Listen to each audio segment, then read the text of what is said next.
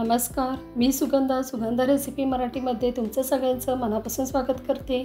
आज आपण घरच्या घरी शेंगदाणा चटणी कशी बनवायची हे पाहणार आहोत। अगदी 10 मिनिटांमध्ये तुम्ही ही शेंगदाणा चटणी घरीच बनवू शकता।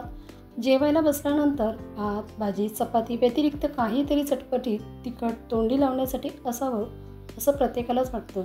लोणचं रोज खायला सर्वांनाच आवडतं असं नाही। भाजलेल्या शेंगदाण्याची चटणी अगदी कमीत कमी वेळात तयार होते, जास्त मेहनतही लागत नाही। जर भाजी बनवली नसेल तर चपाती बरोबर, खिचडी बरोबर किंवा डाळ भात बरोबर ही चटणी खाऊ शकतो। चला तर मग रेसिपीला सुरुवात करूया। सर्वात अगोदर गॅसवर पॅन गरम करायला ठेवला आहे। त्यामध्ये 1 कप शेंगदाणे घालायचे। शेंगदाणे आपल्याला मंद आचेवर चांगले खरपूस होईपर्यंत भाजायचे आहे। तर आता शेंगदाणे आपले मंद गॅसवर छान खरपूस भाजले गेले।